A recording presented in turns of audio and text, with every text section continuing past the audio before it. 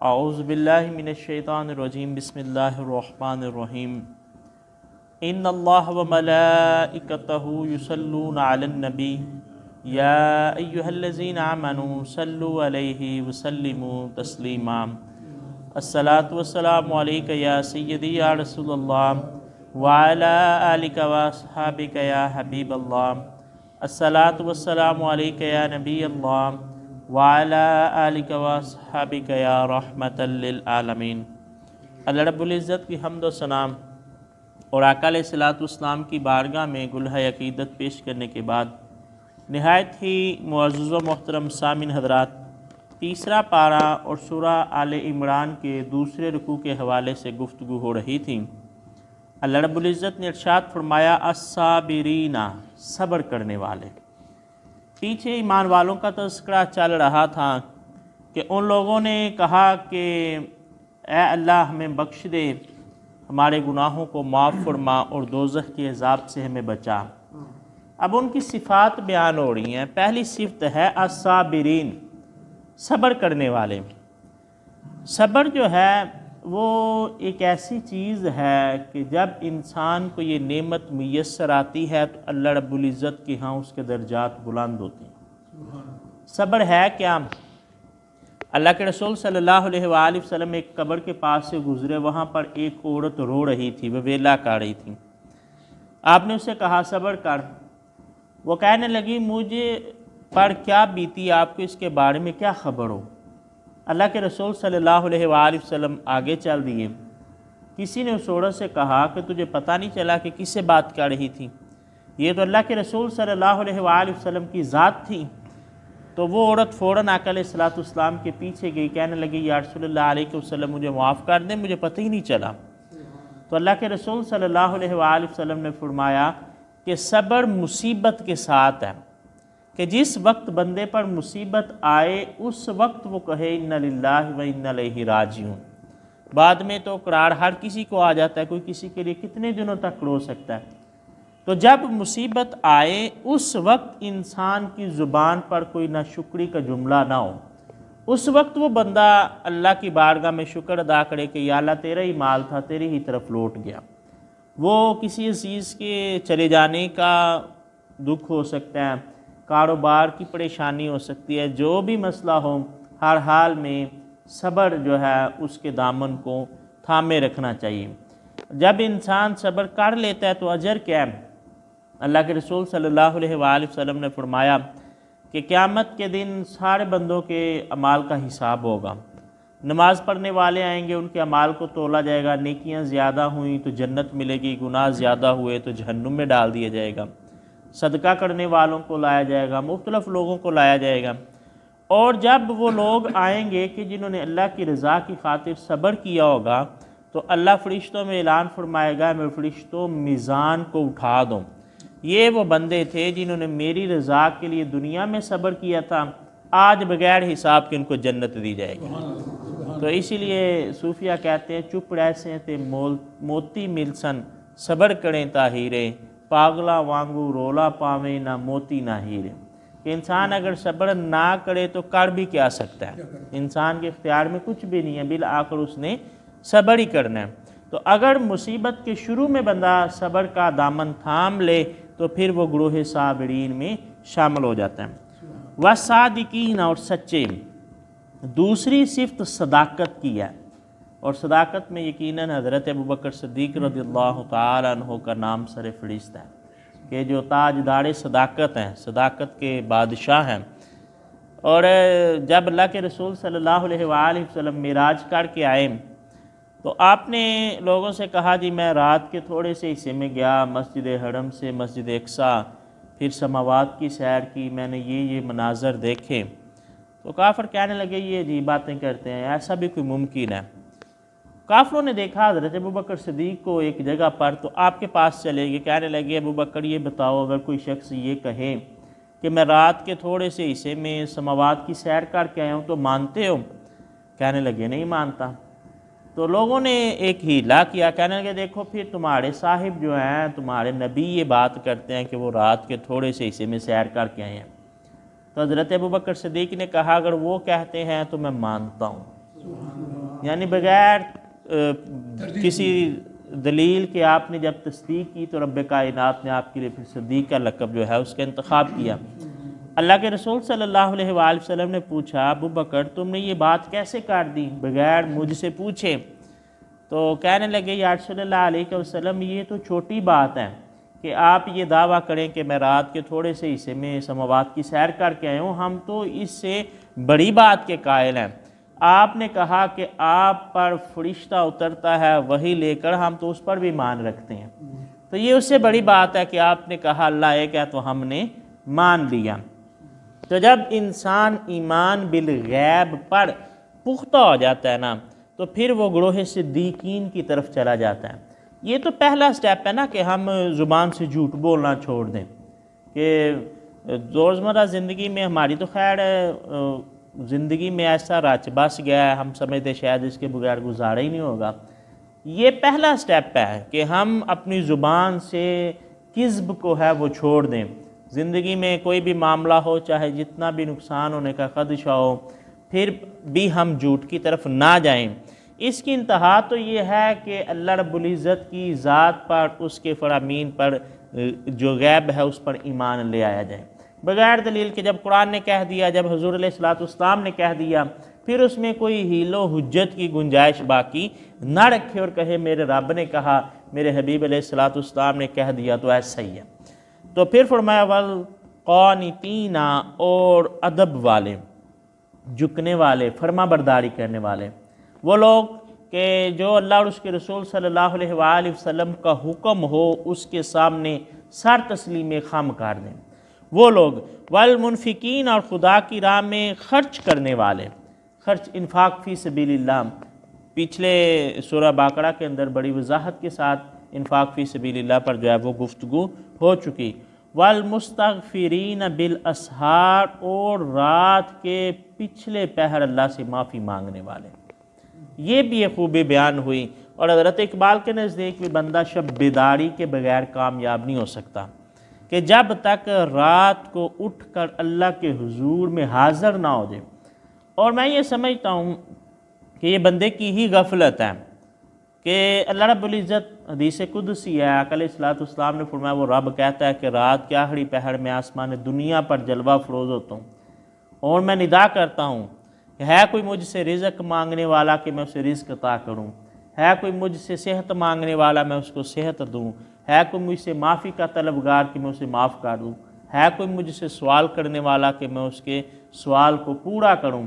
اور ادھر وہ خالق کائنات الصمد کی شان والا کہ کل کائنات اس کی بارگاہ میں سر بسجود ہو جائے تو اس کی ربوبیت میں اضافہ نہیں ہوتا، اور کل کائنات بھی اس کا انکار کر دیں اس کی الہیت میں کمی واقع نہیں ہوتی۔ اس کے باوجود وہ بندوں سے محبت کے اظہار کرتے ہوئے کہتا ہے کوئی مجھ سے مانگ لو، اور ادھر انسان جو ہے وہ غفلت کی نیند سویا رہے، کہ سارا دن شکایتیں کرے لوگوں سے کہ میری دعا قبول نہیں ہوتی، میرے رزق کے اندر تنگی آ گئی ہے، میرا دل سخت ہو گیا ہے، اور لوگوں سے کہے میرے لیے دعا کرو۔ اور جب رات کو خود اللہ بندے سے کہہ رہا ہوتا ہے کہ میرے پاس آؤ میں اب تمہیں دیتا ہوں، اس وقت بندہ جو ہے وہ غفلت کی نیند سویا رہے۔ اور رات کا جاگنا جو ہے یہ بڑی اہمیت کا عمل ہے، کہ یہ وہ وقت ہے کہ جو ریاکاری سے پاک ہے، کہ خاص طور پر سردیوں کی راتوں میں اللہ کو بڑا پسند ہے کہ جو سردیوں کی دنوں میں وضو کرتا ہے نا، اللہ کو سردیوں کا وضو اور گرمیوں کے روزے پسند ہے۔ گرمیوں میں روزہ رکھنا مشکل ہوتا ہے تو اس کا اجر بھی اس قدر ہی زیادہ ہے، تو سردیوں میں وضو کرنا مشکل ہوتا ہے کہ پانی ٹھنڈا لگتا ہے اور بعد میں بھی ظاہر ہے ٹھنڈک کا احساس رہتا ہے۔ تو اتنی ٹھنڈ میں جب بستر گرم ہوتا ہے، اور ابھی جس طرح سے ٹھنڈ شروع ہو گیا کتنا وقت تو پاؤں کو گرم کرنے میں لگ جاتا ہے، اور جب سکون کی نیند آئے اس وقت بندہ کہے کہ اب وقت ہو گیا کہ میں اپنے رب کی بارگاہ میں حاضر ہو جاؤں۔ جب انسان اتنی قربانی دے گا تو ممکن نہیں ہے کہ وہاں سے اللہ کی رحمت کا نزول نہ ہو۔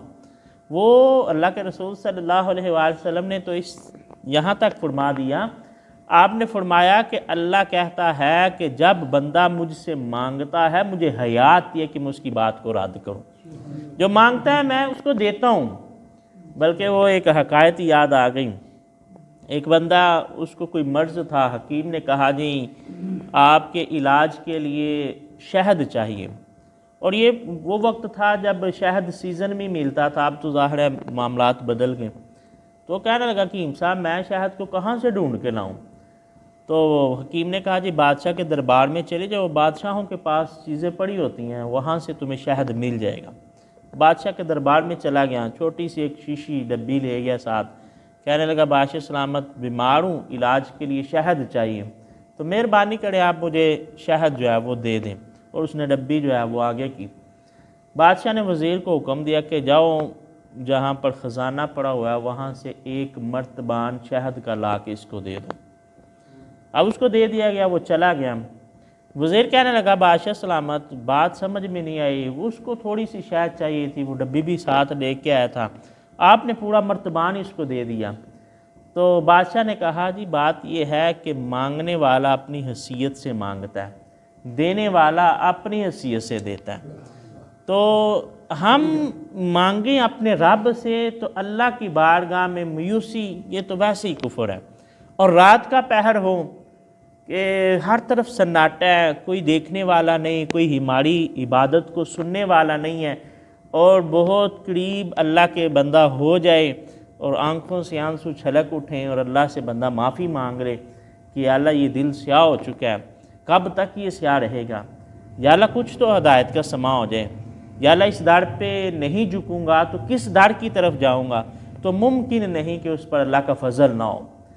تو اس لیے یہ بڑی اہم، اللہ نے فرمایا پچھلے پہر میں وہ اللہ سے معافی مانگتے ہیں، رات کو شب بیداری کر کے اللہ رب العزت کی بارگاہ میں حاضر ہوتے ہیں۔ یہاں ایک بات اور سرراہ عرض کیے دیتا ہوں کہ رات کا جاگنا اگر نصیب ہو جائے تو اس سے اگلا شیطان کا وار یہ ہوتا ہے کہ بندے کے اندر تکبر کا بیج بوتا ہے، کہ بندہ سمجھنا شروع ہو جاتا ہے کہ جی میں تو بڑا اللہ ہوں، لوگ 5 نمازیں نہیں پڑھتے، میں تو 6 بھی پڑھتا ہوں۔ تو یہاں پر پھر صوفیہ فرماتے ہیں راتی جاگیں شیخ صداویں، راتی جاگن کتے پڑھتے تھوئی ہوتے ہیں، کہ انہوں نے سمجھایا نا کہ ہم رات کو جاگیں تو ہم کہتے ہیں جی ہم بڑے نیک ہو گئے ہیں، تو صوفیہ کہتے ہیں اس میں کمال ہی کیا ہے، رات کو تو کتے بھی جاگتے ہیں اور پہرا دیتے ہیں، اور مالک جتنا بھی مارے وہ اس کا دروازہ نہیں چھوڑتے جو اسے ایک روٹی دے دیتا ہے۔ ہمارے مالک نے تو ہمیں اتنی نعمتیں دی ہیں کہ جن کا شمار بھی ممکن نہیں ہے، تو پھر تکبر کس بات پہ ہے؟ تو ایک تو یہ دعا کرنی کہ یا اللہ رات کا جاگنا نصیب ہو جائے، اور دوسرا پھر تکبر کا بیج پیدا نہ ہو، بندے کے اندر افضلیت کا جو ہے وہ مادہ پیدا نہ ہو۔ شاہد اللہ نے گواہی دی انہو لا الہ الا ہوا، کہ اس کے علاوہ کوئی معبود نہیں۔ انہوں نے کہا جی عیسیٰ ابن اللہ، عیسیٰ علیہ السلام اللہ کے بیٹے ہیں، نجران کے عیسائیوں نے کہا۔ اللہ رب العزت نے فرمایا تم یہ کیسے کہہ سکتے ہو جبکہ وہ خدا خود اپنی وحدانیت پر گواہ ہے، وہ خدا خود گواہی دیتا ہے کہ اس کے علاوہ کوئی معبود نہیں ہے۔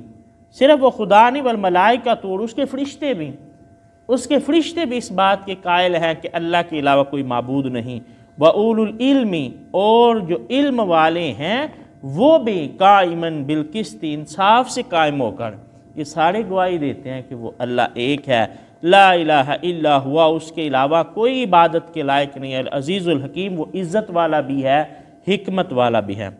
ان الدین عند اللہ الاسلام، بے شک اللہ کے نزدیک دین اسلامی ہے، دین جو اللہ کے نزدیک قبول ہے وہ اسلام ہی ہے۔ اب اسلام کے علاوہ کوئی کسی بھی دین کے ساتھ اللہ کی بارگاہ میں جانا چاہے تو خالق کائنات نے فرمایا اس سے وہ دین قبول نہیں کیا جائے گا۔ اس میں ایک اور بحث آتی ہے، وہ ہے مذہب اور دین کی۔ دین کے بارے میں کہا جاتا ہے کہ دین ضابطہ حیات ہے، یہ آدم علیہ السلام سے لے کر رسول نبی علیہ السلام تک ایک ہی رہا اور اسلام ہی رہا۔ اور مذہب کیا ہے؟ مذہب ان عبادات اور روایات کا نام ہے جس کے مطابق ہم چلتے ہیں، یعنی دوسرے معنوں میں دین کا ایک حصہ ہے جس کو ہم مذہب کہتے ہیں۔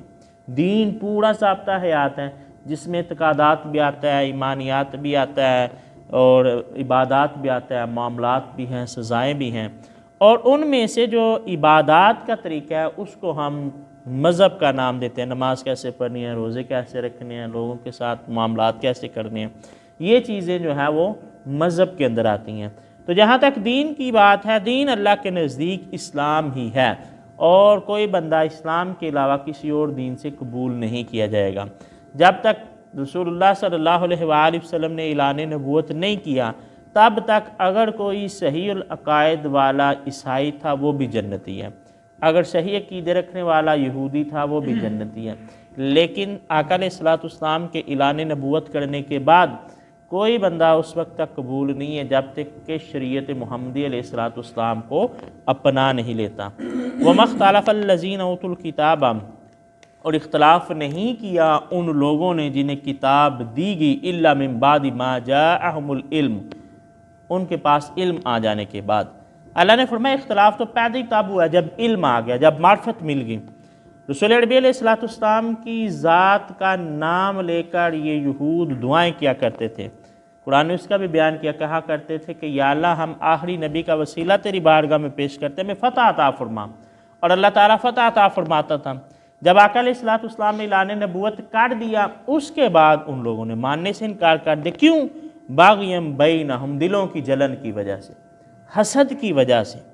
انہوں نے کہا کہ جی آخری نبی جو ہے یہ تو بنی اسرائیل کے اندر ہونا چاہیے تھا، یہ تو بنو اسماعیل کے اندر آ گئے، تو اس لیے ہم نہیں مانتے۔ یا دوسرا ان کا موقف یہ تھا کہ اگر ہم ان کو مان لیں گے تو ہماری حیثیت کیا ہوگی؟ آج تو ہم اپنے مذہب کے، اپنے دین کے علمبردار ہیں، لوگ ہمارے پاس آتے ہیں، ہمیں نذرانے بھی دیتے ہیں اور معاملات بھی ہوتے ہیں۔ اگر ہم ان کو مان لیں گے، اسلام قبول کر لیں گے، پھر لوگ ہمارے پاس جو ہے وہ آنا چھوڑ دیں گے۔ اس بنا پر یہود نے آقا علیہ الصلوۃ والسلام سے حسد کیا۔ وَمَن یکفر، اور جو کہ انکار کرے گا بِآیاتِ اللہ، اللہ کی آیات کا، فَإِنَّ اللَّهَ سَرِيعُ الْحِسَابِ، تو اللہ جلد حساب لینے والا ہے۔ فَإِنْ حَاجُّوكَ، پھر اے محبوب علیہ الصلوۃ والسلام جو لوگ آپ سے جھگڑا کریں، آپ سے پر حجت قائم کریں، فَقُلْ، تو آپ ان سے کہہ دیجئے اسلمت وجہی للہ، میں تو اللہ کی بارگاہ میں سر جھکاتا ہوں۔ انہوں نے کہا جی نہیں، یہ عیسیٰ علیہ السلام خدا کے بیٹے ہیں، نہیں یہ تثلیث کا نظریہ ہے، یہ جو ہیں جبریل ان کا بھی مقام ہے، تینوں کو ملائیں گے۔ پھر اللہ نے فرمایا حبیب جب یہ آپ سے حجت قائم کرنے پہ آ گئے تو آپ کہیں چھوڑو، میں تو اللہ کی بارگاہ میں جھکتا ہوں، اللہ کے سامنے سر تسلیم خم کرتا ہوں۔ وَمَنِ اتَّبَعَنِي، اور جو میرے پیروکار ہیں وہ بھی اللہ کے سامنے ہی جھکتے ہیں۔ وَقُلِ الَّذِينَ أُوتُوا الْكِتَابَ، اور آپ فرما دیجئے کتابیوں سے، وَالْأُمِّيِّينَ، اور جو ان پڑھ ہیں، جنہیں تعلیم نہیں دی گئی۔ اور یہی لفظ جب رسول عربی علیہ الصلوۃ والسلام کے لیے استعمال ہوتا ہے، لفظ امی، تو اس کا اور معنی ہوگا۔ عام بندے کے لیے ہم معنی کرتے ہیں امی ان پڑھ، جسے پڑھنا لکھنا نہ آتا ہو، اور جب رسول اللہ صلی اللہ علیہ وسلم کے لیے لفظ امی استعمال کرتے ہیں تو اس کا مطلب ہے جو دنیا کے کسی استاد کا پڑھا ہوا نہ ہو، کیونکہ الرحمن علم القرآن، رحمان وہ ہے کہ جس نے قرآن سکھایا، اور قرآن اللہ رب العزت نے ہمیں تو نہیں سکھایا بلکہ رسول عربی علیہ الصلوۃ والسلام کی ذات کو سکھایا۔ اور یہ بھی رسول اللہ صلی اللہ علیہ وسلم کی ایک صفت ہے کہ آپ نبی الامی ہیں، کہ دنیا کے کسی استاد کے پڑھے ہوئے نہیں بلکہ خالق کائنات نے آپ کو پڑھایا۔ اور اسی یہ لفظ امی ہونا بھی آپ کی نبوت پر دلیل ہے کہ آپ نہ عیسائیوں کے مجمع میں بیٹھے، نہ آپ یہودیوں کے مجمع میں بیٹھے، نہ آپ نے دنیا کے کسی استاد سے تعلیم حاصل کی، اس کے باوجود اتنی فصاحت و بلاغت کا کلام آپ کہتے ہیں، تو اس کا مطلب ہے یہ کوئی عام شخصیت نہیں ہے، یہ اللہ کے بھیجے ہوئے ہیں جو اتنی فصاحت و بلاغت کے ساتھ جو ہے وہ کلام کرتے ہیں۔ اسلم تم، آپ کتابیوں سے اور امیوں سے کہہ دیں، جو ان پڑھ ہیں ان سے کہہ دیں کیا تم بھی گردن جھکاتے ہو؟ میں تو اللہ کے سامنے گردن جھکاتا ہوں، میں اللہ کو تسلیم کرتا ہوں، کیا تم بھی اللہ کو تسلیم کرتے ہو؟ فَإِنْ أَسْلَمُوا، تو اگر وہ تسلیم کر لیں، فَقَدِ اهْتَدَوْا، تو انہوں نے ہدایت پا لی۔ جب وہ آپ پر سے بحث کریں، حجت قائم کریں، تو آپ کہیں میں تو اللہ کے آگے جھکتا ہوں، اللہ کو تسلیم کرتا ہوں، اور اگر وہ بھی اللہ کو تسلیم کر لیں تو انہوں نے ہدایت پا لی۔ فَإِنْ تَوَلَّوْا، اور اگر انہوں نے منہ موڑ لیا، فَإِنَّمَا عَلَيْكَ الْبَلَاغُ، تو آپ پر پہنچا دینا ہے، آپ پر پیغام کا جو ہے وہ پہنچا دینا ہے، چونکہ توفیق جو ہے یہ اللہ کے ہاتھ میں ہے۔ انبیاء علیہ السلام مبلغین کا کام یہ ہے کہ وہ دعوت دیں، دعوت دینا ان کا کام ہے، منوانا ان کا کام نہیں ہے، کیونکہ آپ دیکھیں حضرت نوح علیہ السلام 950 سال تبلیغ کرتے رہے اور بدلے میں 80 لوگ صرف مسلمان ہوتے ہیں۔ آج کا مبلغ کہتا ہے جی میں تو کوشش کرتا ہوں جی رزلٹ نہیں آتا۔ ہمارے دن میں رزلٹ تو نہیں ہے، میں کہوں جی میں نہیں درس کروں گا بندے تھوڑے آتے ہیں، بھئی میرے ذمہ بندوں کو لانا نہیں ہے، میرے ذمہ پیغام کا پہنچانا ہے۔ میں تو سمجھتا ہوں یہ اللہ کا احسان ہے کہ حالات ایسے ہو گئے ہیں، جہاں جاتے ہیں لوگ عزت کے ساتھ استقبال کرتے ہیں، عزت کے ساتھ ملتے ہیں۔ وہاں اللہ کے رسول صلی اللہ علیہ وسلم تو طائف کے اندر جاتے ہیں اور ان سے کہتے ہیں میں اللہ کی توحید کی بات کرنے آیا ہوں، وہ تو بات ہی دوسری طرف لے جاتے ہیں، چہرے ہی پھیر لیتے ہیں اللہ کے رسول صلی اللہ علیہ وآلہ وسلم کی ذات سے۔ اور طائف کے اندر ان لوگوں نے آقا علیہ الصلوۃ والسلام پر پتھراؤ کیا، رستا رہا خون۔ ایک تو ہوتا ہے خون بہنا، یعنی کوئی چوٹ لگے خون فوراً بہتا ہے، اس سے درد اتنی نہیں ہوتی، خون رستا ہے، ایک ایک قطرہ کاٹ کے اس کی تکلیف زیادہ ہے کہ ان لوگوں نے آقا علیہ الصلوۃ والسلام کے ٹخنوں کا نشانہ لگایا اور وہاں پتھر لگتا تو تھوڑا سا خون نکلتا، تھوڑا سا نکلتا، رس کر خون آقا علیہ الصلوۃ والسلام کے جوتے خون سے بھر جاتے ہیں۔ تو کتنا کرب ہوگا، کتنی تکلیف ہوگی، اس کے باوجود آپ اپنے مشن سے پیچھے نہیں ہٹے۔ اللہ تعالیٰ شاملے کی مدد شاملے ہار رہی، کہا کوئی بات نہیں، انسان نہیں مانتے تو جنوں نے کلام سنا، انہوں نے اسلام قبول کر لیا۔ پھر حالات بدلے بھی کہ 1,44,000 کا مجمع خطبہ حجۃ الوداع کے موقع پر نظر آتا ہے، صرف یہ 8 سال کے اندر، 8-10 سال کے اندر۔ اور اس سے پہلے تو سینکڑوں میں تھے، کوئی ہزاروں لوگ نہیں ہیں جنہوں نے مکہ سے مدینہ کی طرف ہجرت کی ہے۔ حضرت عمر فاروق 7 ہجری میں 7 نبوی میں اسلام قبول کرتے ہیں اور آپ 40ویں بندے ہیں اسلام قبول کرنے والے، یعنی 7 سال تبلیغ کرنے کے بعد صرف 40 لوگ مسلمان ہوئے ہیں۔ وقت لگتا ہے، کوشش کرنی پڑتی ہے، پھر اللہ کی مدد شامل حال ہوتی ہے، بندہ جو ہے وہ اپنے مقصد کے اندر کامیابی ہوتا ہے۔ لیکن اس کے باوجود جب مبلغ یہ سمجھے علیک البلاغ کہ ہمارے اوپر پیغام کا پہنچانا ہے، منوانا نہیں ہے۔ مسئلہ خراب ادھر ہوتا ہے جب لوگ منوانا شروع ہو جاتے ہیں، جب یہ لوگوں کا آپس میں بھی دعوت کا انداز ہوتا ہے نا، کسی سے کہنا جی نماز پڑھنے چلو دوستوں میں، ایک دفعہ دو دفعہ پھر لڑائی شروع کر دیتے ہیں۔ اس لڑائی تو ان کے ذمہ ہے ہی نہیں، جبر جو ہے وہ تو والدین کے ذمہ ہے کہ اگر اولاد نماز نہیں پڑھتی تو والدین ان پر سختی کریں، دوستوں کے ذمہ نہیں ہے۔ تو فرمایا آپ اگر وہ مان جائیں تو ٹھیک ہے، ہدایتی یافتہ ہیں، اگر وہ منہ موڑ لیتے ہیں تو آپ پر پیغام کا پہنچانا ہے۔ اور یہ بات میں نے کئی دفعہ کی ہے، جب آقا علیہ الصلوۃ والسلام کو رب کائنات اس طرح کہتا ہے نا، اس کی وجہ یہ ہے کہ حضور پریشان ہو جایا کرتے تھے کہ یہ بندہ کیوں نہیں مسلمان ہوتا، یہ کیوں نہیں مسلمان ہوتا، یہ کیوں نہیں مسلمان ہوتا، میں ان کی فائدے کی بات کرتا ہوں، یہ مسلمان نہیں ہوتے اور کرتے رہتے۔ یعنی قرآن نے کہا جی آپ بیمار پڑ جائیں گے، ایک جگہ پر کہا یہ نہ ہو آپ فوت ہو جائیں اس فکر کے اندر کہ یہ لوگ کلمہ کیوں نہیں پڑھتے۔ تو فرمایا حبیب مان جائیں تو یہ ہدایت یافتہ ہے، نہ بھی ماننے تو آپ سے نہیں ہم پوچھیں گے، یہ آپ کے ذمہ نہیں ہے کہ آپ ان کو منوائیں، آپ کے ذمہ پیغام کا پہنچا دینا ہے۔ واللہ بصیر بالعباد، اور اللہ تعالیٰ اپنے بندوں کو دیکھ رہا ہے۔ وما علینا الا البلاغ المبین۔